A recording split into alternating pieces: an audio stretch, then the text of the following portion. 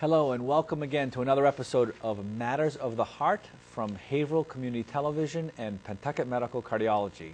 I'm Dr. Seth Bilazarian, a cardiologist with PMA, and I'm here again with my colleague, Dr. Srivastava, to discuss another cardiology topic. And we are here today to discuss the issue of arrhythmia, often felt by patients as a palpitation type symptom. And we want to talk about the history of that and the management of that, and lead off with Dr. Sunny asking you about what it is about. What are palpitations? So I thought it would be useful to talk about it because it is one of, if not the most common complaint, certainly one of the most common complaints I get from patients talking about palpitations. And I guess a way to define it is that it is an unpleasant sensation that someone's experiencing of either a forceful beating of the heart or irregular beating or skipping, and ultimately necessitating a mentioning of it to the physician. It's common, it's a very common problem, and there are numerous causes of it that I think we'll ultimately talk about today that run the gamut from very benign, inconsequential things that boil down to being just a little bit of a nuisance for somebody to being very important, significant issues that need attention and treatment and therapy. Palpitations, as I mentioned, are often a sign of arrhythmia or a funny heart rhythm problem. And before I even talk about that, I guess I should briefly just want to mention how the heart beats and what controls it, because we're going to end up talking about aberrations in that normal behavior. So the heart, very interestingly, has an electrical system, if you will, like wires that tell it when to beat. And as many of you know, or many of the viewers may know, that there are upper chambers of the heart called atria and lower chambers of the heart called ventricles. And at the top of these upper chambers, there's a little area of tissue that generates the message telling the heart when to beat.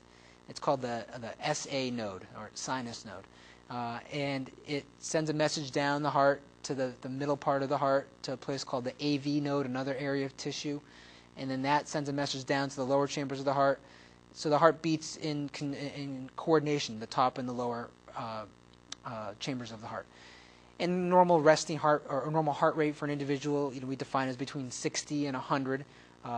Some people, or many people, I should say, when they need a speeding up of the heart, that node, that sinus node at the top of the heart, can pick up on this from messages from the brain that, okay, you're exercising now, or this is a stressful situation, the heart speeds up. And that's a normal physiologic response to the stress. So I think that, in a very quick nutshell, sums up how the heart beats and the electrical system of the heart. Okay, so that's the normal situation. Yeah. So let's talk a little bit about arrhythmia. So rhythm is, there's a normal rhythm, and then sort of an abnormal rhythm is arrhythmia. Right. So what is an arrhythmia? Yeah, so arrhythmia is just that. It's an abnormal rhythm, and many people aren't even aware of the arrhythmia. Many people, surprising to many, that they can't feel it or don't even notice it. That's one thing. But two, it is a pattern change or a speed change from the normal heart rhythm. There are a lot of feelings or sensations or symptoms that people will complain of. Many will complain of what we described initially, a forceful beating or a skipped beating, a fluttering sensation. And then there's other symptoms that are a little less obvious but can often be a sign of an arrhythmia or an abnormal rhythm. People can be dizzy, lightheaded, can pass out, can have chest pain, shortness of breath, or just even more vague, can just be weak or lethargic. So it's a little trickier to pick up on that, certainly. So why do these other symptoms exist other than just palpitations? For example, if the heart's beating too fast or too slow and not enough blood is getting to the head, for example, as a result, one can get lightheaded, dizzy, or pass out. If not enough blood is getting to the arteries of the heart, as a result of this, someone can get chest pain. Or if not enough blood is getting to the rest of the body, or the muscles, etc., one could get weak or feel quite lethargic. Okay. So if a viewer is at home now and is paying attention because they felt like they had palpitations, what are a couple of the things that they should be mindful of in preparation for their visit with their primary care doctor or their cardiologist to discuss this? What are the symptoms or the issues that would help the cardiologist or the primary care doctor sort this out for them? So, whenever we meet with them, there's a lot of things that we need to talk about, and a very thorough medical history is, of course, important, because there are a lot of other factors that can really trigger or exacerbate heart rhythm problems. So Certainly knowing about one's other medical problems. For example, just a quick example, a thyroid condition sometimes, if it's overactive, can lead to palpitations or fast heart rhythms that are abnormal. So that's certainly useful. If one drinks a lot of alcohol, that can predispose you to certain types of heart rhythm problems, which we'll talk about. Other medications that we commonly prescribe can, for example, slow down the heart, and that's also useful to know too as well. So we're always going to ask questions about the other medical problems, the medications, habits, but certainly getting back to the actual complaint itself, when it's happening, we always focus in on that. Some people have it only with exertion. Some people only notice it. For example, I get commonly said to me that I only notice it at night when I lay down to sleep, and I often think that's just because that's when you're focused on it, that it's there all day, but when you lay down, you're not doing anything else, you're much more aware of it, certainly. But certainly looking for exacerbating factors or alleviating factors are useful. Okay. So, in one of the things that you mentioned earlier that I would like to just review again, you mentioned the two kind of symptoms. There was a skipping and a racing. Mm-hmm. Is that important, and how should patients be mindful of that for discussion with their doctor? It's absolutely important. It gives me a clue sometimes as to what might be the problem or might not be the problem. In conjunction with a lot of tests that we'll talk about later in the conversation here, it's a very useful piece of information, certainly. Okay. So yes, so it is a useful thing to focus on. Okay. So I think that your intention is to tell us a little bit about the different types of heart rhythm disturbances that there are. Yeah. So let's go right into that then. Okay, sure. So there are numerous kinds, and I think an easy way to break them down is that we know that the normal heart rate is between 60 and 100, and so there are those that are fast, greater than 100 beats per minute, and we call those tachyarrhythmias. Tachy means fast, and arrhythmia is just an abnormal rhythm. And the most common... So tachyarrhythmia, but sometimes we hear people use the term tachycardia. Is that different? It is a little different, I guess, in a way. Tachyarrhythmia, I guess, implies an abnormal rhythm. And tachycardia is the phrase that we use just for a fast heart rate. Okay. So, what I mean by that is that there can be normal fast heart rates. For example, I think I made mention of it earlier, people exercising, for example. Okay. That's normal. Your heart should speed up. And so you said a heart rate of 60 to 100 is normal. So if I run up a flight of stairs and my heart rate's 120, am I abnormal? No, that's a normal response. Okay. So absolutely. So and we refer to that as sinus tachycardia. Okay. That the sinus node is the normal initiator of heartbeats, and when the heart speeds up, tachy means fast, and cardia refers to the heart rate. So any stress, whether it be physical, like you just mentioned, going up a flight of stairs, or exercise, if people have emotional or stress, that also can do it as well. Physical illness, if you have a high fever, the heart's pumping faster, or other issues. Pain is another one. If you're very anemic, for example, you've had a lot of blood loss for some reason, the heart speeds up to compensate as well. So these are not necessarily arrhythmias per se. I think they are normal, your body's normal reaction to a stressor. And so they don't necessarily, in general, need specific evaluation or treatment. In some instances, though, I think it can be a sign of underlying heart sickness, certainly, that if, for example, you are sick because you have severe heart valve problems, or if you have something called congestive heart failure and you're in great distress as a result, your heart can certainly speed up as a result of that stress. Sure. I remember well as an intern being taught that the first treatment for sinus tachycardia is treatment of the underlying cause. Absolutely. So we don't treat the heart. It's the heart's just responding to whatever the other thing is. Treat the other thing. Don't focus on the heart. Oh, yeah, absolutely. All the time. In the hospital, I every day see people who are there with other problems such as a gastrointestinal bleed, and they're very anemic, and of course the heart's going to speed up, and you don't want to slow it down in that situation. That's a compensatory response, so absolutely. So that's a normal response. That's not really an arrhythmia per se.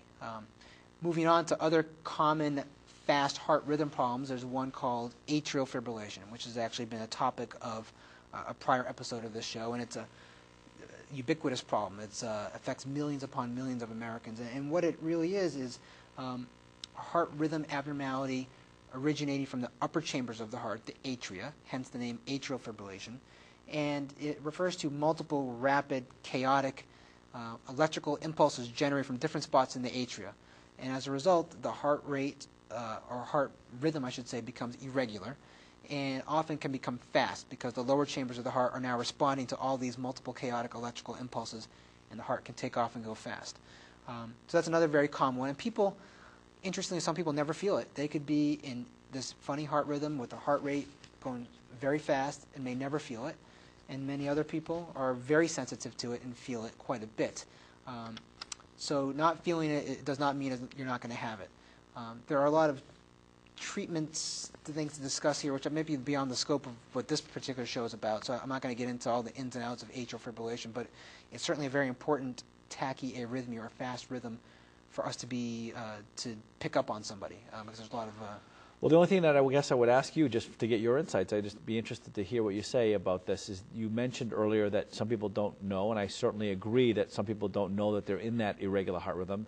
And we both know and discussed on a prior episode the importance of this problem in terms of other risks, like risk for stroke. Right, absolutely. And we're not discussing that either today, but it came to my mind as I thought about thinking about this with you is some physicians, and I haven't done it reliably, but wondered whether you counsel people on how to check their own heart rate by checking their own radial pulse. And is that and something? Some people, certainly there are some people who I may confuse them more than anything, but absolutely there are plenty of people who counsel. And then also a useful way for me to figure out how much these folks are in atrial fibrillation when they're at home in their real life.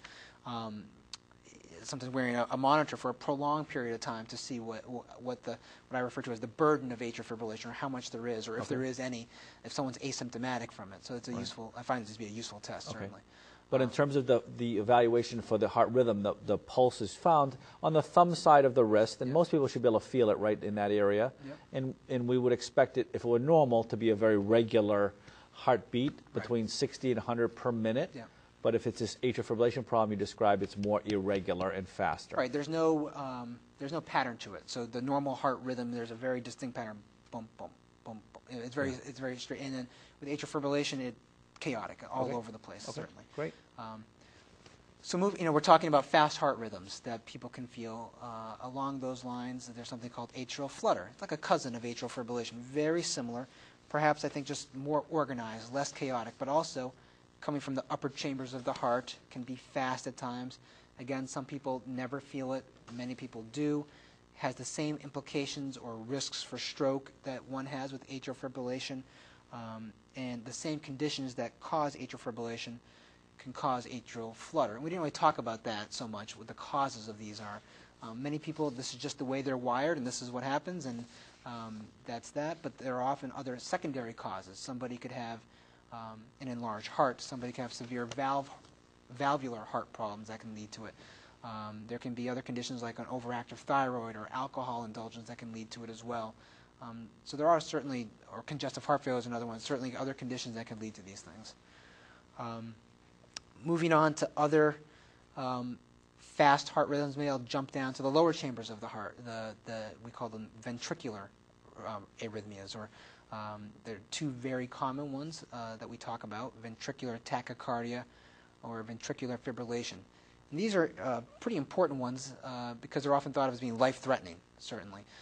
They originate from the lower chambers of the heart, and ventricular tachycardia, as the name implies, just a fast heart rate from the lower chamber of the heart, can often lead to people passing out. And ventricular fibrillation, as the name somewhat implies, is more chaotic or less organized than the ventricular tachycardia. And these often occur in people who have had a history of heart disease. People who have had a prior heart attack or a scar in their heart or an enlarged heart or a weakened heart. Those conditions serve as a spark or a nidus or a trigger for these fatal heart rhythm problems. And people can get small bursts of these heart rhythm problems and feel it. They can feel palpitations, they can feel the heart racing, they can feel a funny sensation in their throat sometimes, or get lightheaded or dizzy or pass out. So they're very important heart rhythm disturbances to pick up upon. They're most commonly associated with other underlying cardiac heart problems, as I mentioned, but there are certainly rare, or I should say less common, familial or genetic conditions that could predispose you to this as well. So just to say what I think you said, to make sure I understood, the one that you just described, those were called ventricular arrhythmias, ventricular tachycardia, and ventricular fibrillation, I think you mentioned. and those are actually life-threatening. Yeah. They can kill you, or they can cause fainting on the sort of the least worrisome being fainting, Right. and of course the most worrisome being death. So those need to be treated very seriously. Yeah.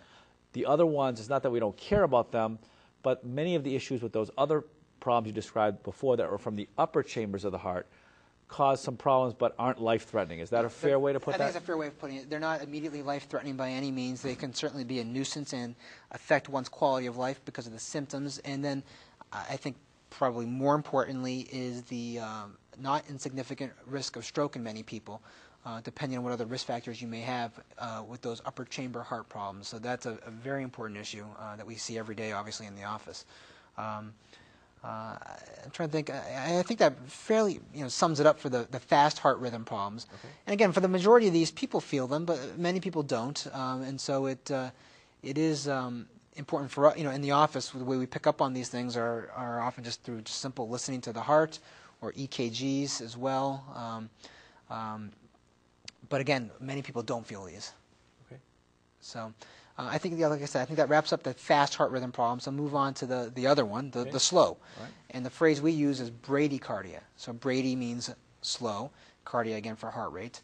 And there are numerous types of slow heart rhythm problems as well.